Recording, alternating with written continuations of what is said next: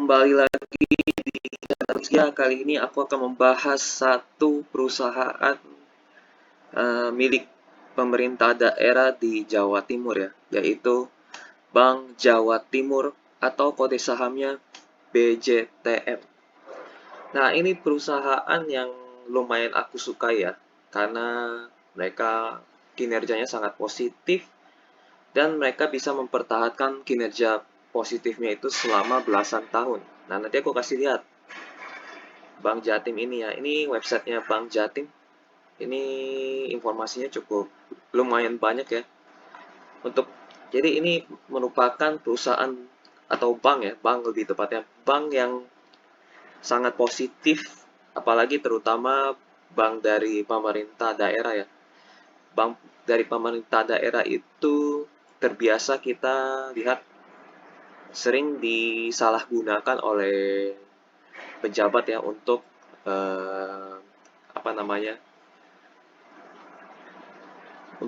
keuntungan pribadi. Tapi kalau aku lihat Bank Jatim ini kinerja keuangannya bagus. Nah, ini yang menjadi nilai positif bagi Bank Jatim dari bagi kita semua lah ya. Ini ada majalahnya, Ekspresi dan lain-lainnya. Nah, ini simpanannya, ada banyak macam produk simpanan, tabungan siklus dan lain-lainnya. Kalian bisa lihat, cek di websitenya. Ini pembiayaannya juga banyak, dari produktif sampai individual. Individualnya pun banyak. Ada kredit properti, kendaraan bermotor, dan lain-lain ya. Terus yang produktif ada kredit usaha rakyat dan lain-lain. Bisnis juga ada ini, kredit investasi, kredit modal kerja, dan lain-lain. Syariah juga ada, layanannya juga ada ATM, internet banking, mobile banking, virtual account, dan lain-lainnya. Ini belum keluarin bank digital aja ya. Apa mungkin aku belum tahu kalau mereka keluarin bank digital. Kalau mereka keluarin bank digital lebih gila lagi mereka. Hubungan investor kalian bisa lihat di sini, ada prospektusnya dan lain-lain. Tata kelola perusahaan kalian bisa lihat di sini. Bank Jatim Peduli, suku bunga, info, ini ada majalah, edukasi, perbankan, dan lain-lain. Profil, kita lihat dulu profilnya. Nah, di sini ada karir, mitra UMKM, internet banking, daftar online. Jadi mereka sepertinya target utamanya itu UMKM ya. Bank Jatim didirikan itu 1961, sudah lama sekali ya. Visi misi kita tidak perlu lihat, jejak langkah perusahaan ini tidak begitu ini ya kelihatan.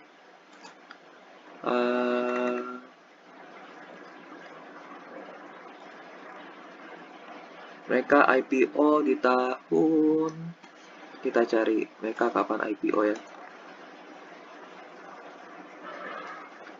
Tidak tercatat ya di sini ya. Ini di sini ya. Di tahun 2012 mereka IPO. 20% tuh masyarakat. Nanti kita cek berapa persen dia sekarang. Oke. Kita langsung lihat bagian manajemennya. Dewan komisaris ada siapa aja. Kalau kita melihat toko yang kurang baik, berarti harap baik, hati-hati. Tapi kalau misal kita melihat toko yang baik juga berarti bagus gitu. Ini komisaris utamanya Suprajarto, komisaris Heru Cahjono, komisaris independen Chandra Faji Ananda. Kalau kalian ada yang kenal dengan orang-orang ini dan kenal rekam jejaknya, boleh tulis di kolom komentar ya. Oke, komisaris udah, kita lihat ke jajaran direksinya, karena mereka lah sang pengendali perusahaan. Direktur utamanya adalah Busrul Imam. Imannya direktur utamanya. Direktur Kepatuhan dan Manajemen Risiko, Teknologi Informasi, Komersial dan Korporasi, Arif Wicaksono. Jadi teman-teman boleh lihat sendiri. Nanti kalian cari tahu sendiri ya.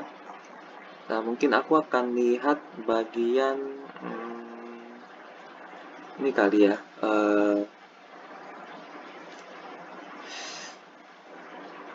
Berapa persen di masyarakat, berapa persen dipegang oleh Jatim atau Indonesia. Profil nggak muncul ya. PJTM.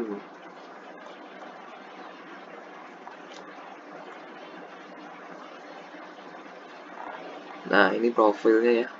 IPO-nya benar 2012. Kita lihat pemegang sahamnya, ya memang dikendalikan oleh pemerintah Jawa Timur sebesar 51% ya, ini bagus. Masyarakat 20%, 36 Pemda atau kabupaten atau kota itu total 28%. Lalu direksinya pun pegang sahamnya si ini ya, pegang sahamnya mereka, tempat mereka kerja. Ini ada berapa direksi nih? 1, 2, 3, 4, 5 direksi pegang sahamnya, saham tempat kerja mereka sendiri, BJTM. Ini artinya bagus. Mereka sangat percaya diri dengan BJTM ya. Dan 38 Pemda pun percaya kepada BJTM. Ini sangat positif. Jadi ini benar-benar bank pemerintah daerah yang paling bagus yang pernah aku lihat. Karena dikelola dengan baik ya. Semoga ini mereka tetap konsisten dikelola secara baik.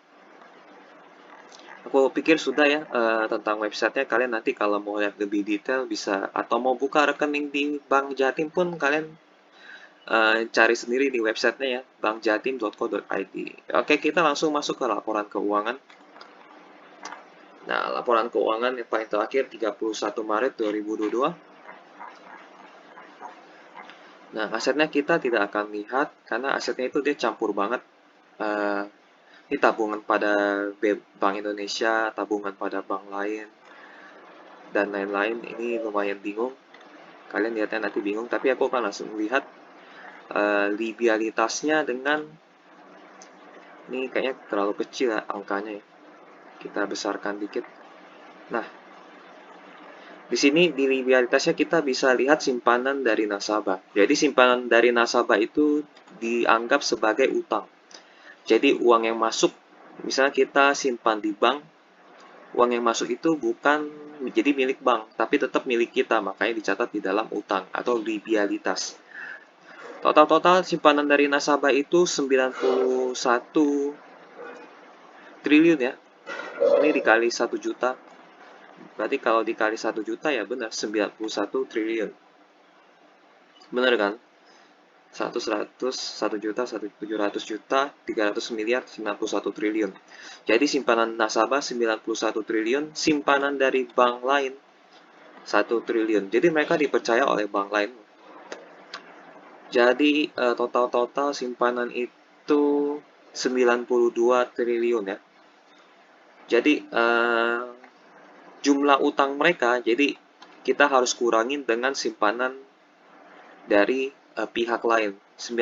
Simpanan dari pihak lain itu total 92 triliun. Jumlah utang 95 triliun. Jadi 95 dikurang 92 sama dengan 3 triliun. Jadi utang mereka hanya 3 triliun aja. Utang itu dari utang pajak, liabilitas dan lain-lain. Dan yang lain-lainnya ya. Jadi 3 triliun lah ya, kurang lebih gitu, atau 2, sekian triliun. Sementara uang cash mereka banyak sekali. Giro pada Bank Indonesia aja 9 triliun, cash 1,7 triliun, penempatan pada Bank Indonesia dan bank lain 7 triliun, surat berharga 27 triliun. Jadi mereka punya uang yang cukup banyak. Uang cash yang bisa segera dicairkan cukup banyak, sementara utang operasional mereka hanya 3 triliun. Jadi aman lah ya, dari sisi utang mereka sangat aman. Sangat aman lah ya. Ini kredit yang diberikan. Ini kredit yang diberikan. Jadi kalau misalnya ada masyarakat ingin pinjam uang, ya ini jumlah kredit yang diberikan. Oke, jadi secara utang mereka aman. Lalu perbandingan ekuitas dan linearitas tidak perlu karena ini ada campuran dari simpanan nasabah. Tapi kita lihat utangnya tadi kan dikurangin simpanan nasabah sama dengan mereka sisa 3 triliun utang yang operasional ya. Sementara jumlah ekuitas mereka 10 triliun. Jadi seperti aku bilang tadi, utang mereka kecil lah, jadi aman. Utang itu bukan dari utang bank aja, tapi dari utang untuk bayar ke karyawan, pajak, dan lain-lain ya. Jadi ini super aman, ekuitas mereka 10 triliun, lebih besar lah ya. Nah ini kecil banget nih angkanya nih, harus digedein. Nanti teman-teman susah lihatnya. Pendapatan bunga dan syariah. Jadi bank itu pendapatan utamanya dari bunga. Bunga itu dari mana? Bunga dari pinjaman. Jadi bisnis yang paling apa namanya ya? Bank itu kinerjanya harus diukur dari pendapatan bunga, bukan dari pendapatan lain-lain, bukan dari biaya administrasi, bukan itu. Pendapatan utama dari bank adalah bunga, bunga kredit. Jadi bunga pinjaman lah istilahnya. Jadi kalau kita pinjam duit, nah mereka kasih pinjaman beserta mereka minta bunga. Nah, itulah pendapatan utama dari bank. Jadi kita harus ukur dari pendapatan bunga dari bank ya. Ada mengalami peningkatan sebesar 100 miliar ya. Lumayan. Terus margin laba kotornya juga cukup tinggi, sangat tinggi bahkan. Dari pendapatan 1,7 T, biaya cuma 466 miliar. Sisanya 1,2 T. Dan meningkat dibanding tahun lalu yang hanya sebesar 1,0 T, tapi tahun ini mereka punya laba kotornya itu 1,2 T. Itu bagus banget. Jumlah pendapatan operasional lainnya juga ada ini, kecil 186 miliar, kecil dibandingkan 1 T ya. Tapi 186 miliar bagi kita yang rakyat biasa mungkin tinggi gitu. Oke, kita lewatin aja. Laba sebelum pajak jadinya lumayan lah ya. Ini ada biaya yang cukup tinggi ya. Biaya tertingginya ini ternyata ini ada tenaga kerja dan tunjangan karyawan naik, umum dan administrasi naik, penyisian kerugian penurunan nilai atas aset keuangan enggak, beban lain naik ya, iya ya. Ada naik juga lumayan tinggi sehingga mengakibatkan naiknya cukup tinggi ya jumlah beban operasional lainnya, mengakibatkan laba operasionalnya hanya tersisa 585 miliar dan tidak berbeda jauh dengan laba operasional tahun lalu. Akibatnya, laba tahun berjalan hanya naik sedikit dibanding tahun lalu ya. Jadi laba tahun berjalan di tahun ini yang di kuartal 1 453 miliar. Lalu hanya naik sedikit dari kuartal 1 tahun lalu sebesar 448 miliar. Sayangnya di situ ya, padahal ini di sini marginnya sudah besar di sini. Tapi kena biaya karyawan yang naik, umum administrasi naiknya 100 miliar, naiknya lumayan banyak loh. Kita nanti cek di halaman 31 ya, jangan nanti deh, kita cek sekarang. 31 kenapa bisa banyak? Nah ini dia, beban umum dan administrasi. Naik banyaknya itu di amortasi beban ditangguhkan, premi asuransi, premi asuransi. Terus yang naik banyak ini jasa otomasi, perjalanan dinas, alat tulis dan barang cetak. Tapi yang paling besar ini nih, amortasi beban ditanggungkan dan premi asuransi. Ini yang paling besar, sekitar 100. Naiknya lumayan banyak. Oh, berarti bukan ke gaji ya. Nah, ini gaji pegawai. Gaji pegawai justru naiknya dikit sekali, yang naik banyak justru bonus pegawainya. Naik hampir 2 kali lipat bonus pegawai. Dan tambahan penghasilan pegawai naik 2 kali lipat. Gajinya tetap tapi bonusnya yang naiknya lumayan banyak. Ini yang harus diperhatikan ya, takutnya ada sesuatu. Karena kan kalau misalnya Gubernur Jatim diganti, biasanya pejabat-pejabat yang ada di dalam Pemda itu bisa diganti juga, dan ini kinerja Pemda bisa menjadi berkurang. Itu yang sangat disayangkan ya. Pemda itu masih bisa diotak-atik oleh gubernur, istilahnya gitu, kepala daerahnya. Itu yang sangat disayangkan jika gubernur yang direksi yang sebelumnya bagus tapi diganti menjadi direksi yang menjadi kesukaan bagi gubernurnya. Ini yang sangat disayangkan ya. Tadi kita lihat bonus pegawainya sangat tinggi, akhirnya mengakibatkan laba mereka tidak, maksudnya tidak bagus lah ya. Harusnya laba mereka bisa lebih tinggi. Kenapa tiba-tiba bonus mereka menjadi tinggi sekali? Itu yang menjadi sangat disayangkan ya. Tenaga tunjangan karyawan ini tinggi sekali menggerus laba operasional. Umum dan administrasi ada asuransi. Nggak tahu deh asuransi untuk siapa kan. Itu yang berbahaya. Ini nih dua komponen ini nih. Ini yang sangat disayangkan. Bonus karyawannya jadi naiknya 2 kali lipat. Lalu asuransinya pun naiknya 2 kali lipat ya. 3 kali lipat bahkan. Ini nggak tahu untuk siapa asuransinya. Ini yang sangat mengecewakan lah ya. Tidak, kalau misalnya ini diteruskan dan ini mulai mengecil, laba operasional dan laba bersihnya mengecil gara-gara gaji atau bonus karyawannya lebih tinggi lagi, nih berarti kita harus hati-hati. Jangan-jangan BJTM bisa menjadi rusak gara-gara oknum tertentu. Oke, ini laba tetap saja laporan laba ruginya mereka tetap positif karena ada peningkatan pendapatan bunga.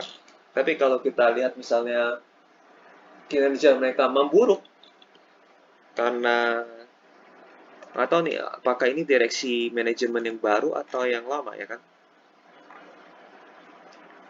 Nggak tahu nih mereka baru masuk atau bagaimana kurang tahu. Jadi harap hati-hati aja gitu.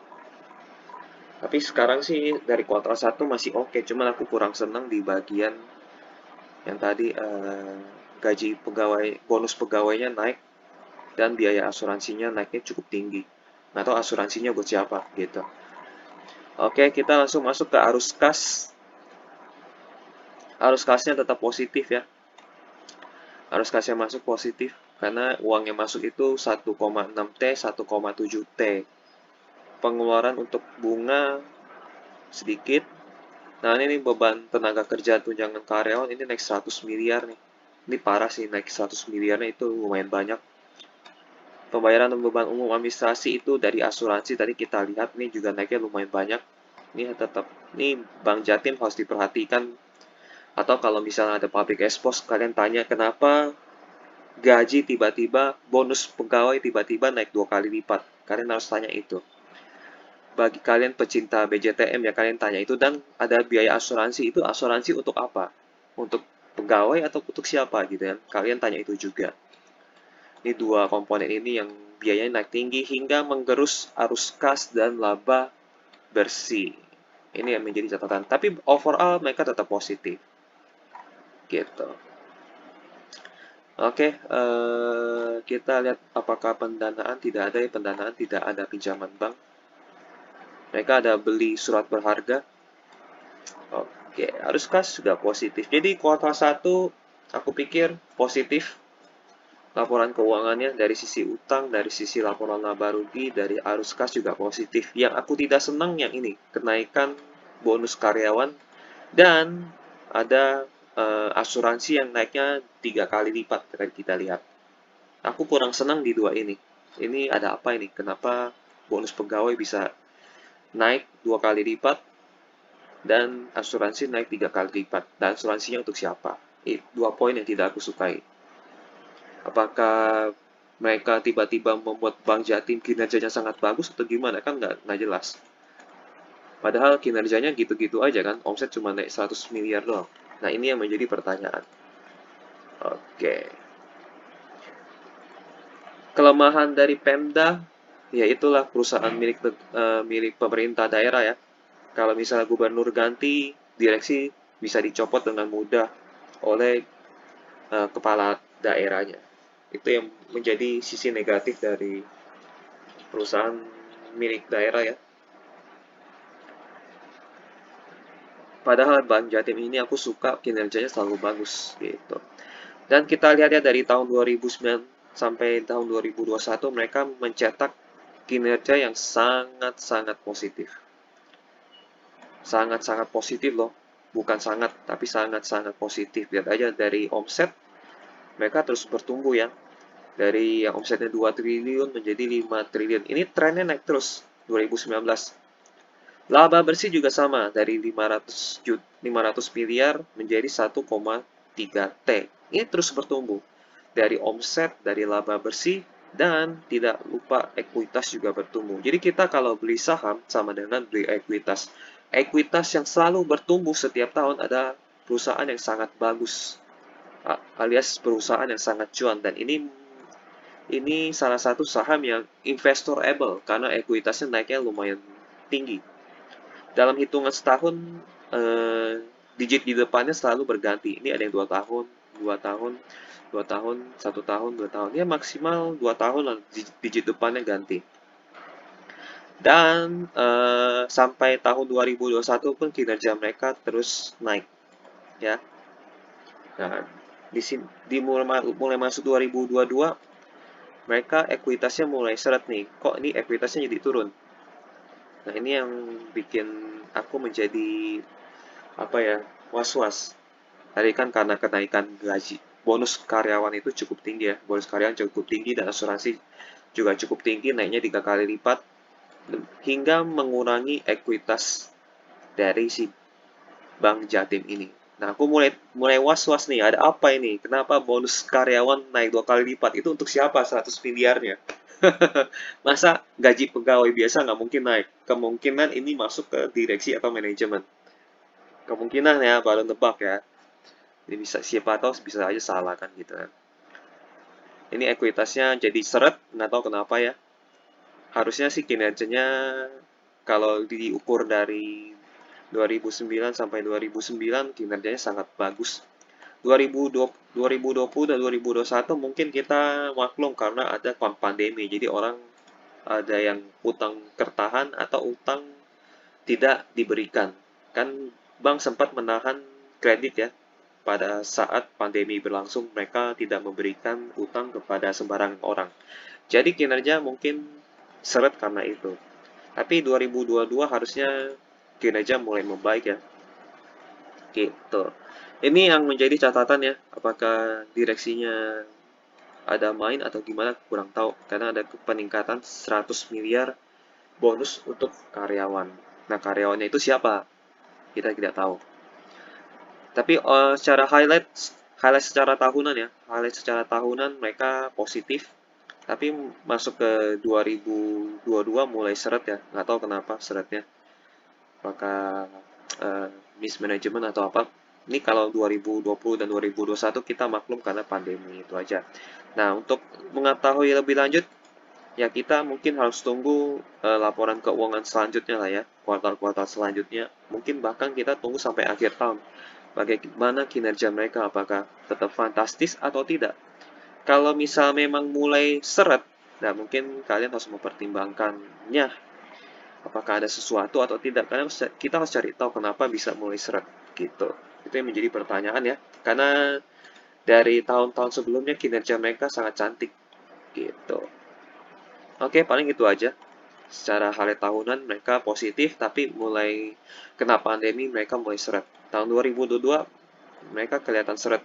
Dan yang tidak enak adalah bonus buat pegawai itu naiknya 2 kali lipat. Itu yang menjadi tanda tanya. 2 kali lipatnya itu 100 miliar loh untuk bonus pegawai. 100 miliar untuk bonus pegawai, bayangin ya. Gitu. Oke, ini sejarah dividen dari Bank Jatim ini sangat menggiurkan ya. Kita lihat ya, perhatikan ya.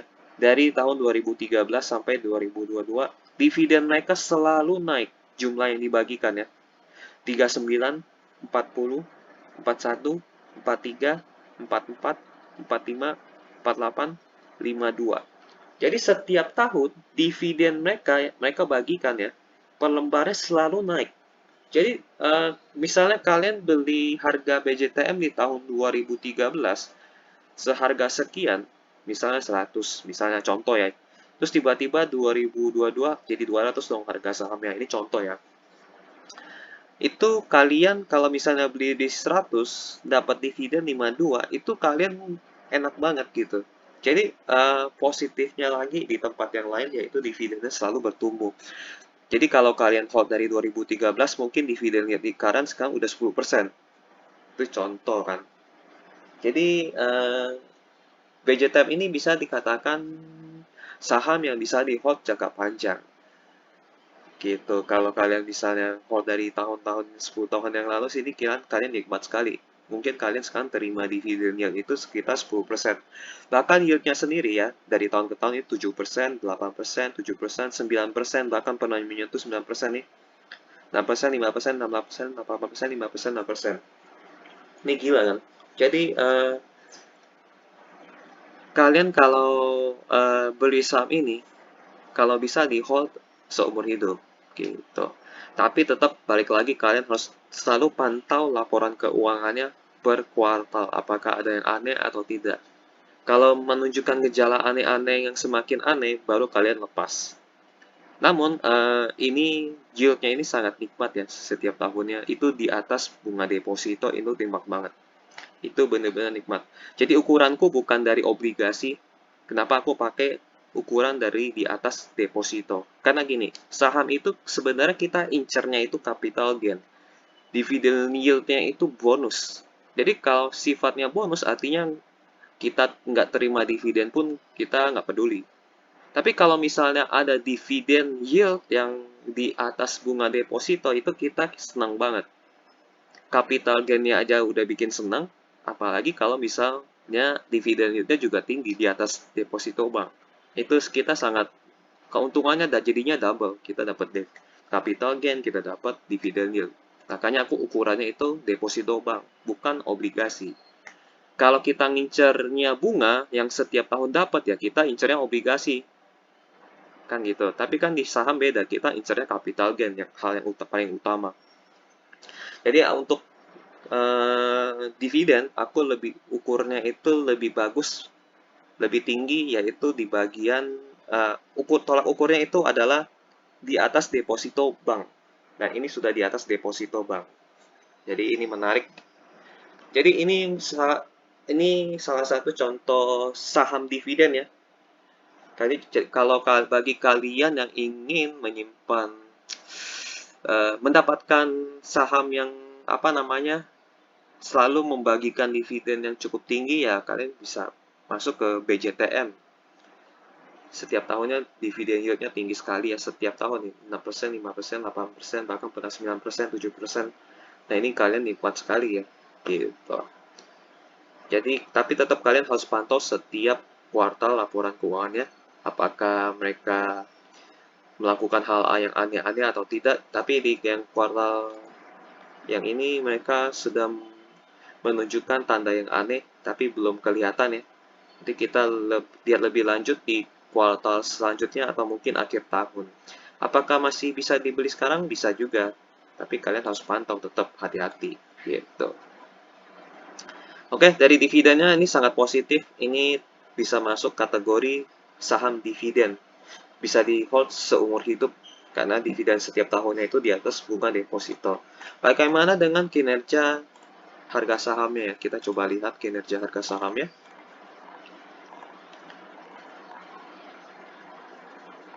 Nah, ini kinerja harga sahamnya kita akan ukur dari 5 tahun yang lalu ya. Dari 5 tahun yang lalu mereka flat harganya segini 700-700.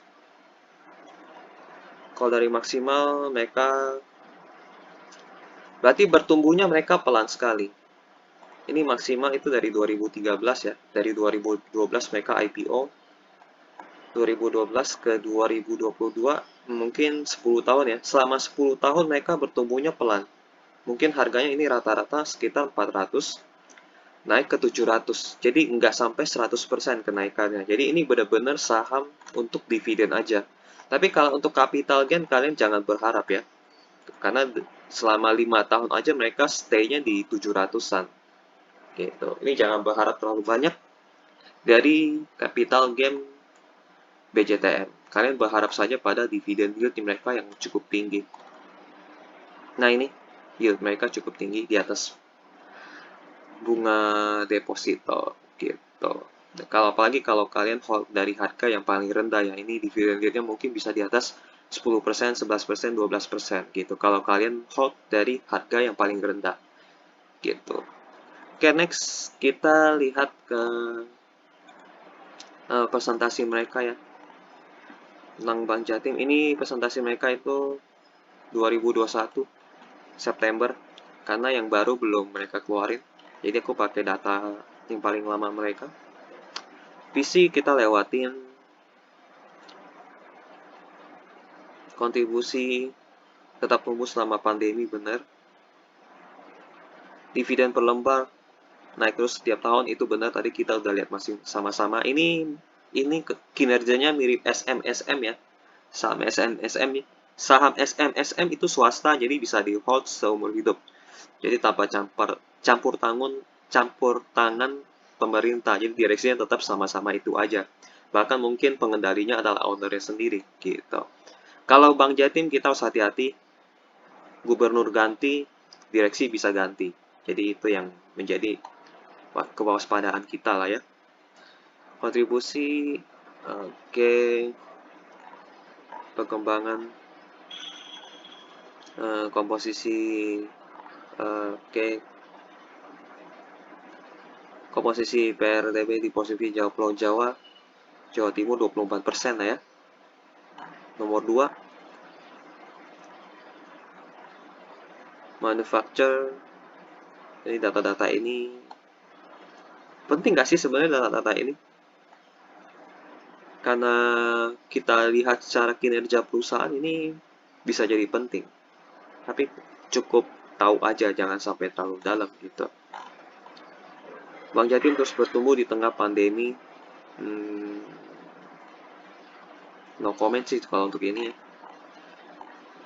Aku lihat sih ya bertumbuh, cuman ya itu aja, pas-pasan aja. ROE mereka itu di kisaran 18%, cukup tinggi. Ya, yang penting di atas 15%, oke. Apalagi kalau di atas 20% itu lebih gila lagi. Nilai transaksi digital banking tumbuh 100% lebih.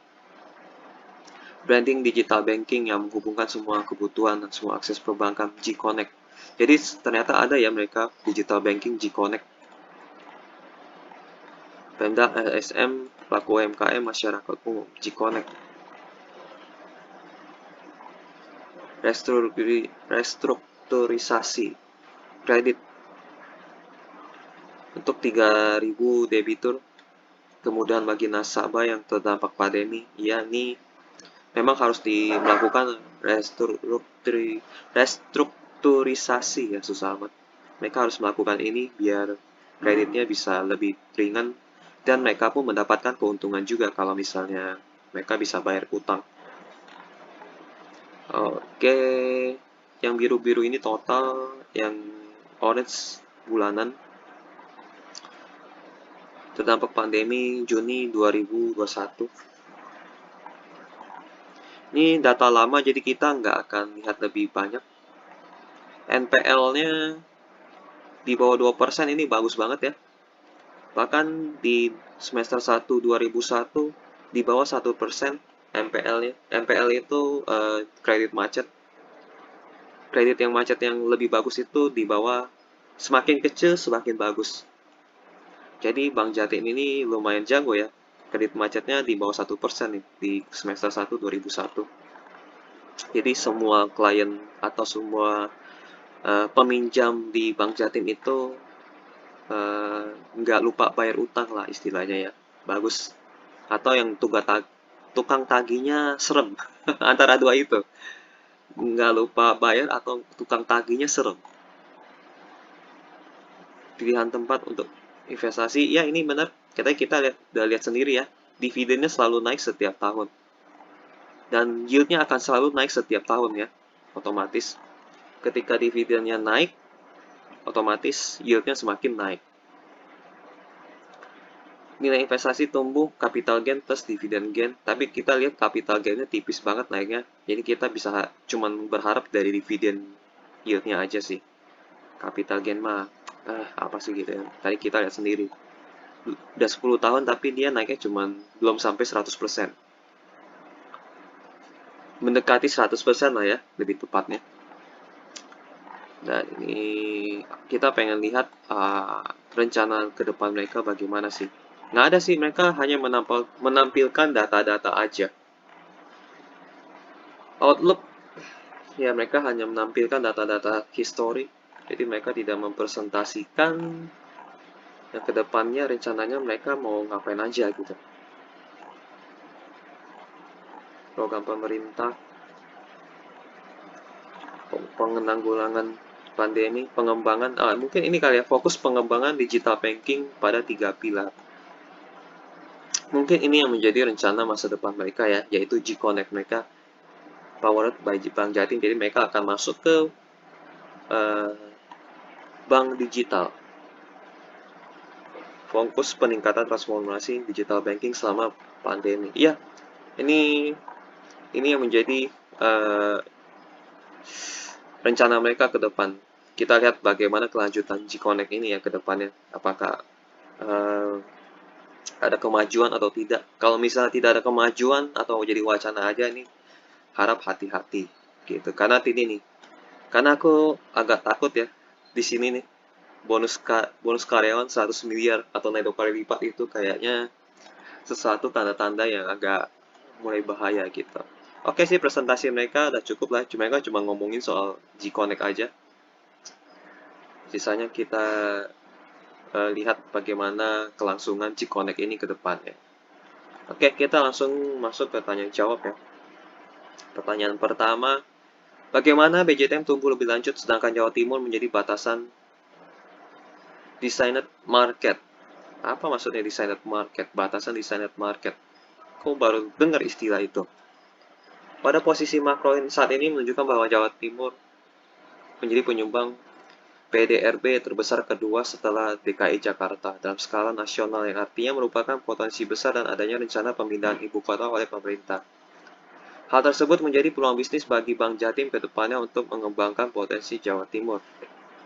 Dengan strategi memperkuat core bisnis sebagai bank daerah yang memiliki portfolio pemerintah daerah, kota, kabupaten, dan provinsi ini, kami berfokus menerapkan 3 pilar, yang salah satunya untuk pemerintah untuk meningkatkan space pada konsumen produktif yang telah kami kuasai. Kami juga akan meningkatkan kredit pada sektor real, melakukan transformasi IT agar sejalan dengan pertumbuhan makro dalam jangka panjang. Jadi mereka ngomongin soal 3 pilar ya, pertumbuhan makro jangka panjang. Yang 3 pilar tadi tuh yang digital bank. Bagaimana tanggapan Bapak rencana BJTM dalam menghadapi tantangan digitalisasi ke depan? Digitalisasi ini mutlak sehingga transformasi digital akan dilakukan. Bank Jatim sebagai bank daerah tentu akan mengembangkan digitalisasi. Kami melakukan pengembangan mulai pola linkage dengan menggandeng BPR, pelaku UMKM, serta laku pandai. Kami akan upgrade core banking system kami dan memperluas kapasitas. Sejak pandemi ini, user transaksi digital mengalami peningkatan, sehingga kami mengalokasikan untuk peningkatan digitalisasi. Bank Jatim akan adaptif dalam pengembangan digital banking dengan strategi meningkatkan fitur yang telah ada serta berinovasi ke depannya. Oke, ini mereka sudah menjawab ya tantangan digital. Adakah strategi ekspansi ke luar Jawa Timur mengingat visinya menjadi bank pemerintah daerah terbesar, mengingat BPD bersaing juga sudah ekspansi keluar provinsinya? Untuk ekspansi keluar Jawa Timur memang dimungkinkan dan telah menjadi roadmap kami. Bank Jatim telah memiliki cabang Jakarta dan Batam dalam pengembangan jaringan. Kami juga melakukan pemantauan pada kompetitor kami, apakah dengan membuka cabang di luar area kerja memiliki potensi lebih, serta melihat pula kondisi ekonomi makro, namun tidak menutup kemungkinan kita mengembangkan bisnis di luar Jawa Timur. Ini bagus nih kalau mereka ekspansi. Jadi dengan catatan prinsip yang mereka pegang atau menilai setiap nasabah yang pinjam uang dengan prinsip kehati-hatian itu tetap sama, mereka kinerjanya bagus. Tapi kalau mereka sembarangan memberikan kredit, itu bahaya bagi mereka. Saya sebagai investor retail mau menanyakan bagaimana BJTM menghadapi persaingan di tengah maraknya bank digital. Apakah memperaih persaingan mereka? Ini kan sudah dijawab ya. Persaingan saat ini lebih pada sinergi dan kolaborasi. Kami menyadari apa yang menjadi kekuatan dari Bank Jatim, tetap kami kembangkan pada sektor konstruktif dan market cap kami pada Pemda, Pemkab, dan Provinsi dengan menggunakan pola jangka pendek dan panjang. Untuk jangka pendek menggunakan pola link S konvensional dan digital. Untuk konvensional, kami akan bekerja sama dengan BPR, Pemda maupun swasta, laku panen dan beberapa pondok pesantren. Saat ini kami mengoptimalkan pola link X di Jawa Timur, terutama UMKM. Apakah BJTM ada rencana menjadi bank digital? Dalam waktu dekat belum. Sementara ini kami bersinergi dengan fintech Amarta dengan posisi NPL sampai dengan saat ini masih 0%. Wow, gila ya. NPL atau kredit macetnya cuma 0%, atau tidak ada yang macet sama sekali. Sehingga dalam jangka panjang kami akan bekerja sama dengan fintech digital yang ada. Namun kita juga akan melakukan proses kajian yang lebih lanjut terkait peluang untuk melakukan pendirian anak usaha bank digital. Wow, mantap. Di masa pandemi ini banyak bermunculan fintech-fintech, contohnya fintech pinjaman online, sehingga banyak UMKM meminjam dana untuk modal usaha ke fintech tersebut. Pertanyaannya, apakah banyaknya fintech tersebut menjadikan saingan bank atau bank dan fintech bersama-sama membantu membangun UMKM di Indonesia? Bank Jatim tidak memandang sebagai pesaing, melainkan kami akan bermitra seperti OVO, Shopee, Gojek, dan sebagainya. Selain itu, payment, Pemda, atau masyarakat umum seperti distribusi pajak atau lainnya kini telah dapat dilakukan melalui G-Connect. Saat ini kami akan memperbanyak kolaborasi bersinergi dengan fintech bersamaan dengan dan melakukan kajian jangka panjang terkait peluang digital ini.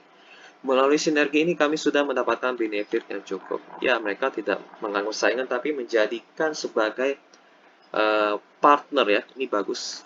Jadi dari beberapa pertanyaan ya mereka jawabnya bagus ya. Mereka memang akan mengarah ke dua hal yang poin yang bagus, yaitu mereka mengarah ke digital, mulai mempersiapkan semua segala sesuatu digital. Lalu yang poin kedua, tiga poin ya. Yang poin yang kedua yaitu mereka ingin ekspansi ke luar Jawa Timur, tapi mereka sambil melihat posisi atau situasi ya lah ya. Yang nomor tiga, mereka ini apa namanya? Tadi ada poin yang bagus. Nah, ini mereka bekerja sama dengan fintech-fintech, jadi mereka tidak takut atau tidak ibaratnya tidak takut lah ya. Jadi mereka ingin mengajak mereka bekerja sama. Jadi ini poin yang bagus dari informasi yang kita dapatkan dari tanya jawab ini. Dan kita akan masuk ke bagian valuasi saham. Valuasi saham mereka cukup murah ya. PE ratio mereka masih 7 kali. Price to book mereka 1 kali. Sementara di industri itu PE rasionya 70 kali dan price to book-nya 4 kali. Jadi BJTM dibanding teman-temannya yang lain di industri yang sama, BJTM itu paling murah gitu istilahnya. Bukan paling murah sih, murah gitu. Ada bank lain yang lebih murah lagi sebenarnya. Tapi ini bisa dikategorikan murah dibanding teman-teman seindustrinya lah ya. Teman-teman seindustrinya itu 75 kali di pair-nya dan price to book-nya 4 kali. Untuk kinerja yang sangat hebat, ini aku bilang murah gitu. Apalagi dividen yield-nya itu masih di atas 5% atau di atas bunga deposito, ini masih murah. Tapi kalau sudah dividen yield-nya menyamai apa namanya? Sudah mau menyamai deposito bank, kalian lebih baik jangan masuk dulu. Tunggu sampai mereka dividen yield-nya itu di atas deposito bank. Ini contohnya ini 6% udah di atas deposito bank ya. Jadi ini bagus. Ini secara valuasi masih murah. Kalian bisa masuk kalau mau masuk, gitu. Dan kalian harus pantau setiap kuartal ya, ini ada kejadian aneh atau tidak. Ini 2 poin ini yang bikin aku agak hati-hati gitu. Yang kenaikan bonus karyawan ini sampai 100 miliar itu agak hati-hati. Berita terbaru tidak ada ya. Bank Jatim cetak laba 454 miliar, dividen tinggi. Ya ini berita-berita lama ya. Jadi nggak ada berita apapun. Nah, ini profil. Udah, kita langsung masuk ke bagian kesimpulan. Kesimpulannya ini saham kalian bisa invest untuk jangka panjang. Untuk jangka pendek itu mereka tidak menarik karena capital gain-nya mereka kecil. Jadi kalau kalian mau menerima dividen ya kalian harus tahan ini di atas 5 tahun biar dividen yield yang kalian terima itu setiap tahunnya naik terus. Misalnya tahun ini 5%, tahun depan jadi 6%, 2 tahun lagi menjadi 7%, 3 tahun lagi menjadi 8%. Jadi kalian holdnya itu harus di atas 5 tahun. Bahkan kalau mau di hold sepanjang hidup pun juga nggak masalah sampai kalian punya cucu, punya anak juga nggak masalah. Tapi yang harus diperhatikan yaitu jika gubernurnya diganti menjadi gubernur yang kurang bagus atau kurang kurang baik lah ya, kurang berintegritas, kalian harus hati-hati karena direksi dari BJTM Bank Jatim bisa diganti dengan orang-orangnya mereka yang bahkan bisa membuat Bank Jatim menjadi buruk kinerjanya. Jadi kalian harus memperhatikan gubernur siapa. Kalau gubernurnya bagus, ya Bank Jatim juga bagus. Tapi gubernurnya Jatimnya kurang bagus, efeknya ke Bank Jatimnya juga kurang bagus. Jadi gitu. Jadi kalian harus perhatikan gubernurnya dan perhatikan laporan keuangannya secara kuartal. Tapi kalau untuk saat ini masih cukup bagus untuk diinvestasikan, masih layak diinvestasikan ya untuk saat ini. Jadi kesimpulannya, kalau kita lihat dari harga saham ya, harga saham yang 5 tahun ini 5 tahun loh, selama 5 tahun nggak bergerak banyak. Ya capital gain mereka dari mereka kalian jangan harap akan naik sangat banyak, jangan berharap ya. Jadi untuk investasi jangka pendek jangan berharap mereka bisa naik di atas 20% atau 50%, 100%, jangan harap. Tapi kalau untuk kalian mau investasi jangka panjang ini boleh banget.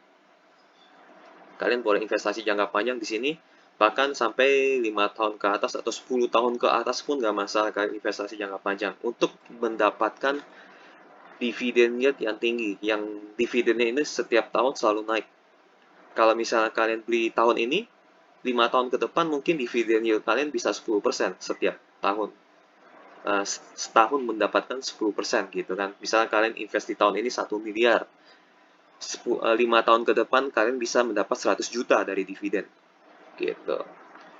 Oke sih jadi kesimpulannya ini, untuk investasi jangka pendek tidak menarik, tapi kalau untuk investasi jangka panjang yang kalian dapatkan dari dividen ini sangat menarik gitu. Jadi layak diinvestasikan namun hanya untuk investasi jangka panjang gitu. Oke, sekian untuk analisa BJTM atau Bank Jatim. Jika ada informasi yang kurang atau informasi yang salah, kalian boleh tulis di kolom komentar, kalian perbaiki, kalian maki-maki juga nggak apa-apa ya. Atau kalian menambahkan informasi yang berkurang juga tidak apa-apa. Itu aja untuk informasi dari Jatim yang semoga bisa bermanfaat bagi kalian informasi ini. Dan juga kalau misalnya kalian ingin uh, request saham yang lain juga boleh kalian tulis di kolom komentar yang mau request saham apa gitu buat dianalisa juga boleh. Oke, sekian saja penjelasan tentang Bank Jatim. Sampai jumpa di video berikutnya. Bye-bye.